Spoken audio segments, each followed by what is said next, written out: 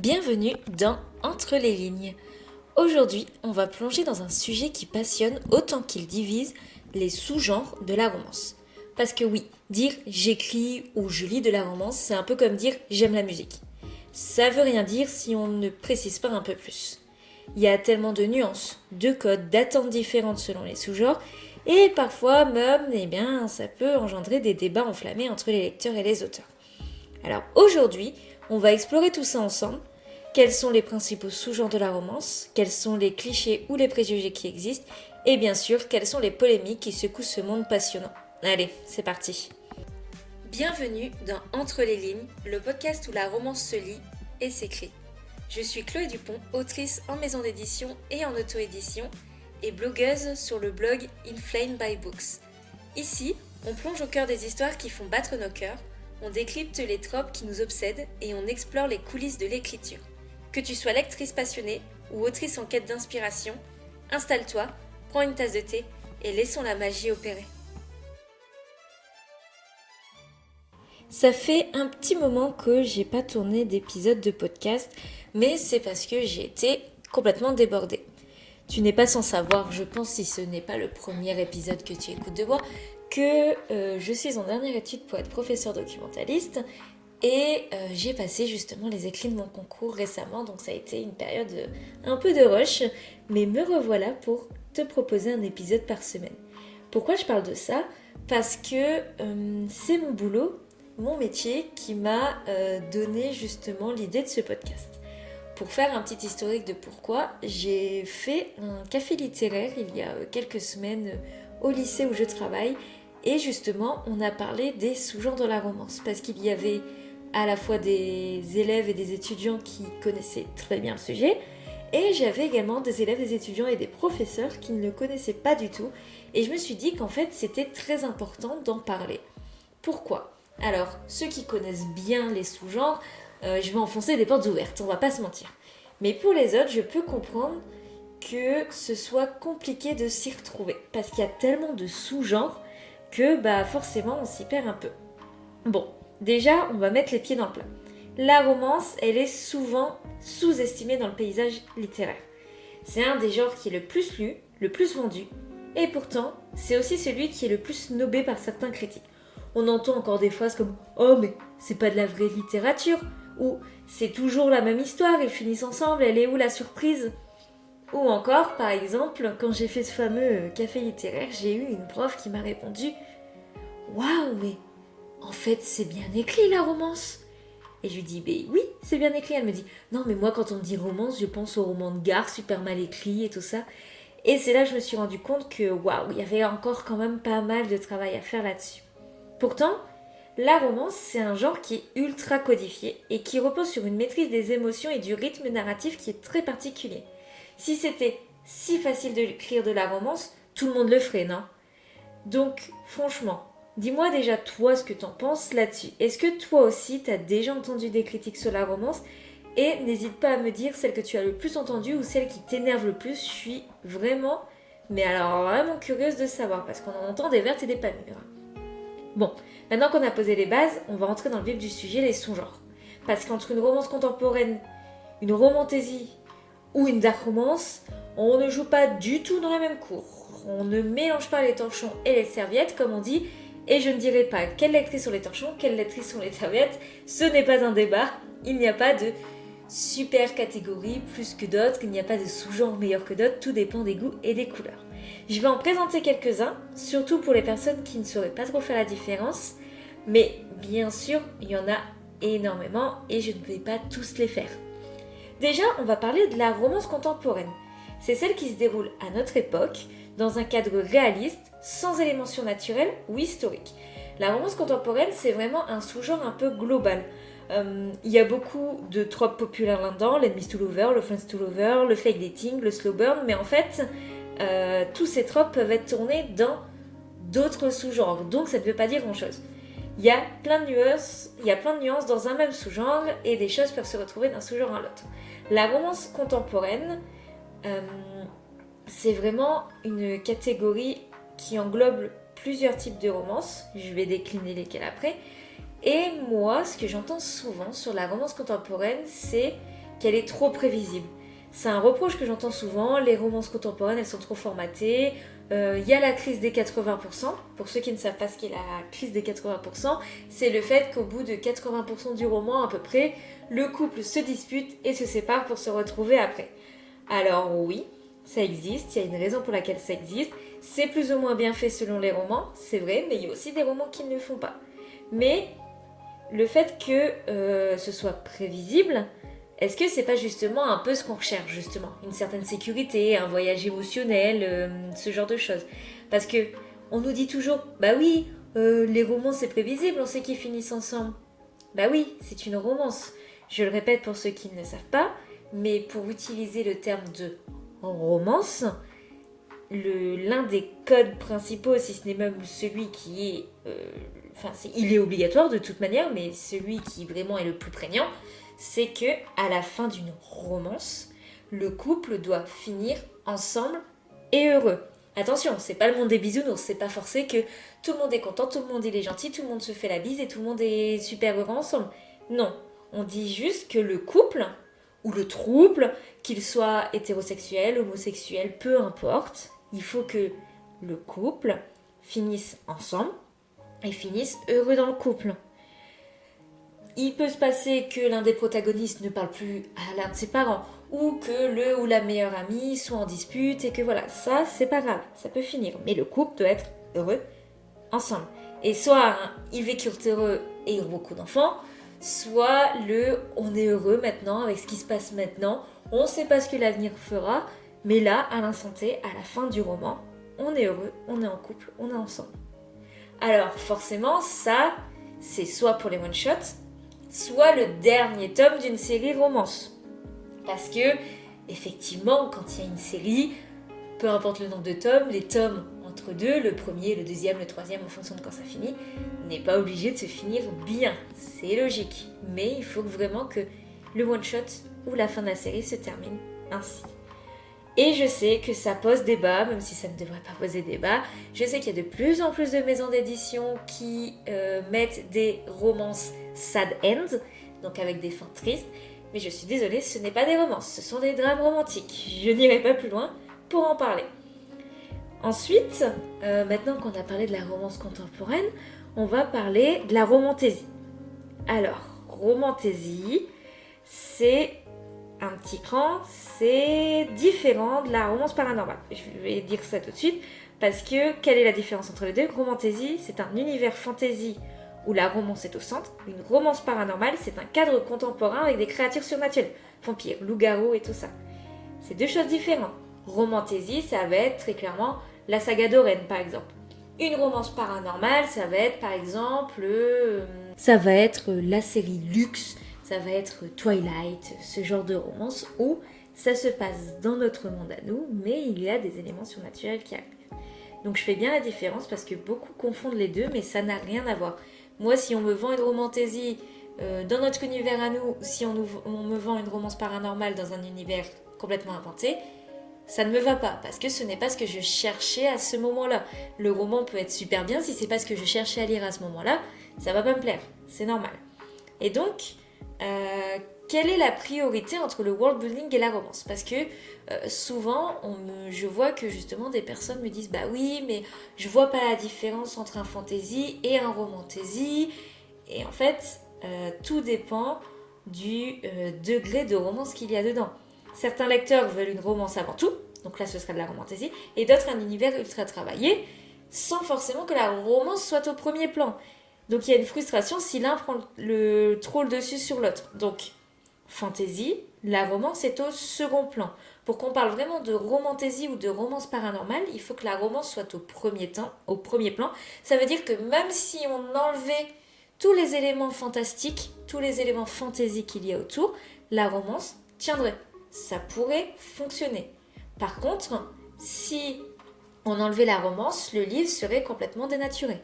Là, on parle de romantaisie ou de romance paranormale. Par contre, si la romance n'est pas au premier plan et que l'histoire tiendrait très bien debout s'il n'y avait pas la romance dans l'un ou dans l'autre, eh bien c'est de la fantasy ou de l'urban fantasy. Mais ce n'est pas considéré comme de la romance. Ensuite, on a la romance historique. La romance historique, je n'en lis pas beaucoup, c'est vrai. Je suis moins attirée par. Mais ça veut pas dire que j'aime pas.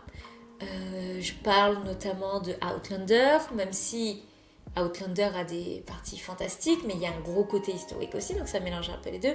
Ou alors de la chronique des Bridgerton. C'est un sous-genre qui nous fait voyager dans le temps, souvent avec des intrigues qui sont pleines de contraintes sociétales. Donc les époques préférées des lecteurs, ce sont la Régence anglaise, merci les Bridgerton, le 19e siècle, de temps en temps l'Antiquité et le Moyen-Âge, mais ça se fait plus rare. Mais du coup, un des débats que j'ai vu aussi là-dessus, c'est doit-on moderniser la romance historique pour qu'elle colle aux attentes d'aujourd'hui? Eh bien, certaines romances historiques prennent des libertés avec la réalité historique pour proposer des personnages plus modernes, avec plus de féminisme, tandis que d'autres préfèrent respecter strictement les codes de l'époque. Alors moi, j'ai rien contre les deux. Le seul truc, c'est qu'il faut être cohérent du début à la fin. C'est que si on décide de marketer un roman comme une romance historique qui colle vraiment avec la liberté historique, avec la réalité qui s'est passée, alors on ne peut pas en déroger, ce n'est pas possible. Maintenant, c'est autre chose de faire un roman historique, une romance historique qui ne suit pas des événements qui se sont vraiment passés, et là, effectivement, c'est l'occasion de faire des personnages plus modernes. Ça, c'est mon avis. Je ne sais pas ce que vous en pensez, ce que vous préférez, mais voilà. Maintenant, on va changer complètement d'ambiance. Parce qu'on va partir en dark romance. La dark romance, je n'en lis pas. Ou alors, quand j'en lis, c'est vraiment des dark romances très très soft qui, à mon avis, ne devraient pas être marketées en dark romance parce que c'est trop soft. Là, on est sur un sous-genre qui est intense, qui a des thématiques très sombres, des relations toxiques, de la manipulation, de l'obsession. Bref, c'est vraiment pas Jojo. Moi, je ne lis pas de dark romance parce que je n'ai pas réussi à trouver de dark romance qui soit ok d'un point de vue quand même sociétal. Alors, je m'explique parce que mon propos n'est pas très clair, mais je suis une femme vraiment féministe, et c'est vrai que j'ai beaucoup de mal avec la dark romance parce que ça va, dans 99% des cas, dans 100% des cas que moi j'ai lu tout du moins, ça ne va pas dans le sens du féminisme, et on se retrouve, à chaque fois je me suis retrouvée avec une héroïne complètement neuneu ou qui change d'avis avec un syndrome de Stockholm hyper puissant, qui ne s'en rend pas compte et qui se fait marcher dessus et manquer de respect, et voilà. Ce qui, je sais, va mettre un débat, j'en ai conscience, mais c'est mon point de vue à moi. Et il y a ce débat justement de la dark romance qui est problématique.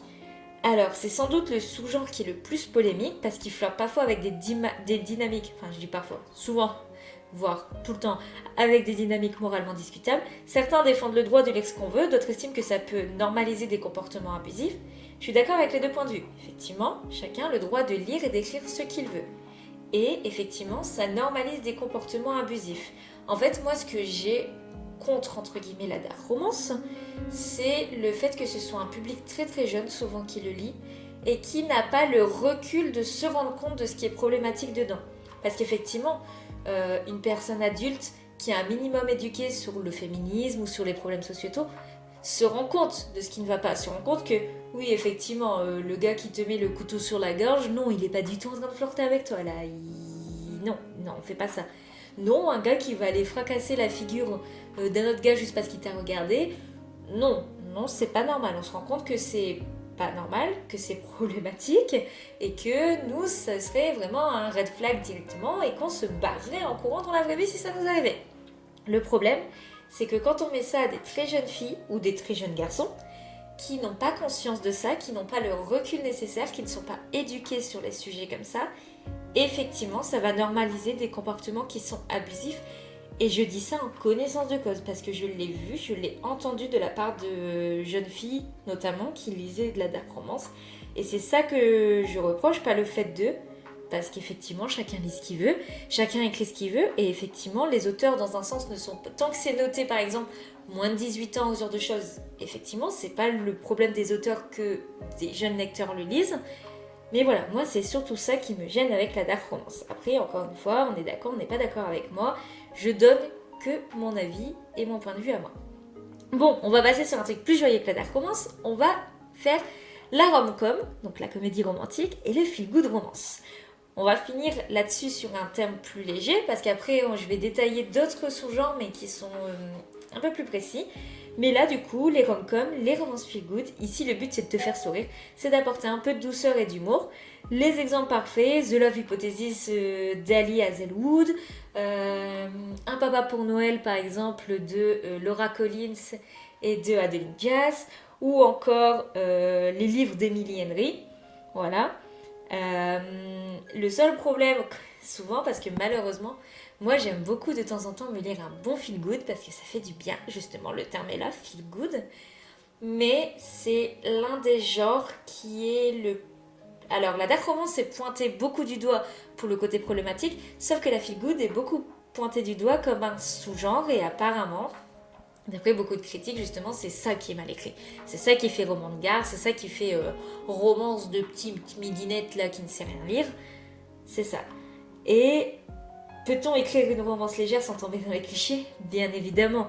Le risque, effectivement, quand on écrit de la feel good et tout ça, c'est de tomber dans les stéréotypes un peu éculés de la jeune ingénue qui fait gaffe sur gaffe et qui se retrouve avec d'un seul coup un beau gosse qui s'intéresse à elle alors que de base il n'y a jamais aucun beau gosse qui s'intéresse à elle et elle se retrouve en fait à être mise sur un piédestal par ce beau gosse et ça lui fait du bien. Oui, c'est cliché. Effectivement, tu peux écrire une histoire comme ça sans tomber dans le cliché. Mais bon, on se comprend. Et donc, est-ce qu'on peut innover dans la comédie romantique ? Bien évidemment. Et c'est pas parce que c'est du feel good ou de la rom-com que c'est mal écrit. Je le répète, ce n'est pas parce que c'est de la romance, comédie ou que c'est du feel good que c'est mal écrit. Voilà, vous savez, là-dessus. Donc on a fait un peu déjà le tour des gros genres, donc feel good, rom-com, dark romance, romance historique, romantaisie, romance paranormale et la romance contemporaine. Ensuite, il y a aussi, ce qu'on entend beaucoup parler, la new romance, la new adult. Ça, c'est une sous-catégorie de la romance contemporaine. Donc ça respecte les codes de la romance contemporaine, comme on l'a dit. Donc ça se déroule à notre époque dans un cadre réaliste sans éléments surnaturels ou historiques.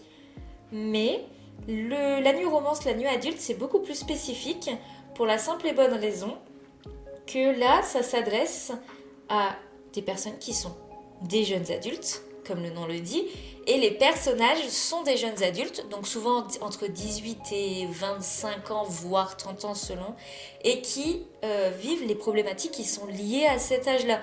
L'entrée dans la vie adulte, les premiers boulots, les premiers vrais amours, les premières vraies relations sérieuses, ce genre de choses, c'est ça qui arrive. Et effectivement, il y a un gros boom de la new romance, encore maintenant, même si ça s'est un peu calmé quand même, je trouve, par rapport à d'autres années, mais c'est pas pour rien qu'il y a un salon dédié à la new romance, c'est pas pour rien que des collections de maisons d'édition sont sur la new romance, c'est parce que beaucoup de lectrices de romance ont entre 18 et 30 ans, il y en a beaucoup, et donc forcément lire ce genre de roman, ça les touche pile poil dedans, parce que c'est le public cible. Après, ça veut pas dire que si on est plus vieux, on ne peut pas lire de new romance ou new adulte. Si on est plus jeune que 18 ans, attention, parce que autant il y a des new romances et des new adultes qui sont très soft, et donc pas de souci, autant il y en a avec des scènes de sexe qui sont très explicites. Voire des fois, il y en a beaucoup. Mais ça, encore une fois, ça dépend du livre, ce n'est pas vraiment une obligation dans de la new romance ou de la new adulte d'écrire des scènes de sexe. Pas du tout. Par contre, si on parle de romance érotique, là oui, la romance érotique, on sait très bien qu'on y va pour chercher cette alchimie très sexuelle justement entre les personnages et pour avoir des scènes détaillées.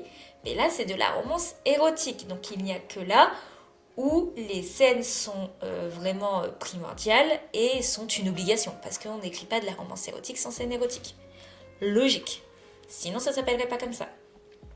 Et ensuite, je voulais parler aussi, parce qu'on m'avait déjà demandé, sur le young adult. Alors, le young adult, c'est un peu compliqué, parce que certains disent que c'est un sous-genre. Moi, j'ai du mal à le voir comme un sous-genre comme tel,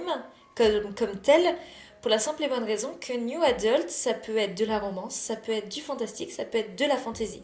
Young Adult, pour moi, c'est plus une dénomination justement du public cible. Young adult, très généralement, c'est plutôt tourné pour un public 13-18 ans, même si moi j'ai 24 ans, j'adore la nuit adulte, même si des personnes plus vieilles que moi adorent la nuit adulte, on ne dit pas que c'est exclusivement réservé aux 13-18 ans, mais c'est le public cible. Ça veut dire que souvent les personnages ont le même âge, ont cet âge-là, entre 13 et 18 ans, et qu'il n'y aura du coup pas de scènes érotiques, et forcément c'est des problématiques qui sont liées à ces âges-là. Encore une fois, c'est pas pour autant qu'on n'aime pas quand on est adulte ou quand on est plus vieux, hein, attention, c'est pas du tout ce que je dis. Mais voilà, donc moi j'aime pas utiliser le terme young adult comme un sous-genre en lui-même, mais dans ce cas-là, je précise, moi, quand c'est ça, romance young adult, fantastique young adult, voilà. Donc ça, c'était pour la petite parenthèse. Mais du coup, moi, je vous ai donné un petit peu les grands sous-genres de la romance. Et au final, je me dis que peu importe le sous-genre, ce qui fait qu'on revient toujours à la romance, c'est l'émotion. Parce que moi, effectivement, je lis de tout. Je lis du policier, je lis du fantastique, je lis de l'urban fantasy, je lis de la poésie, je lis des essais, je lis vraiment de tout.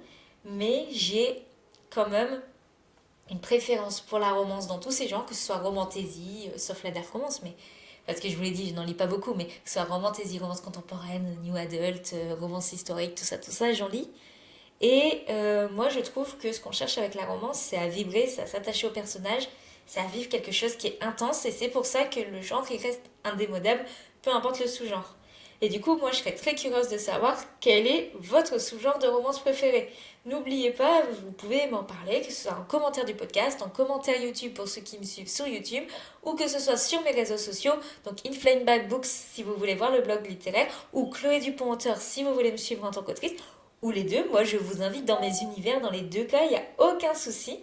En tout cas, je suis ravie d'avoir fait cet épisode pour vous. N'hésitez pas aussi à me dire s'il y a quelque chose que vous voulez que je parle.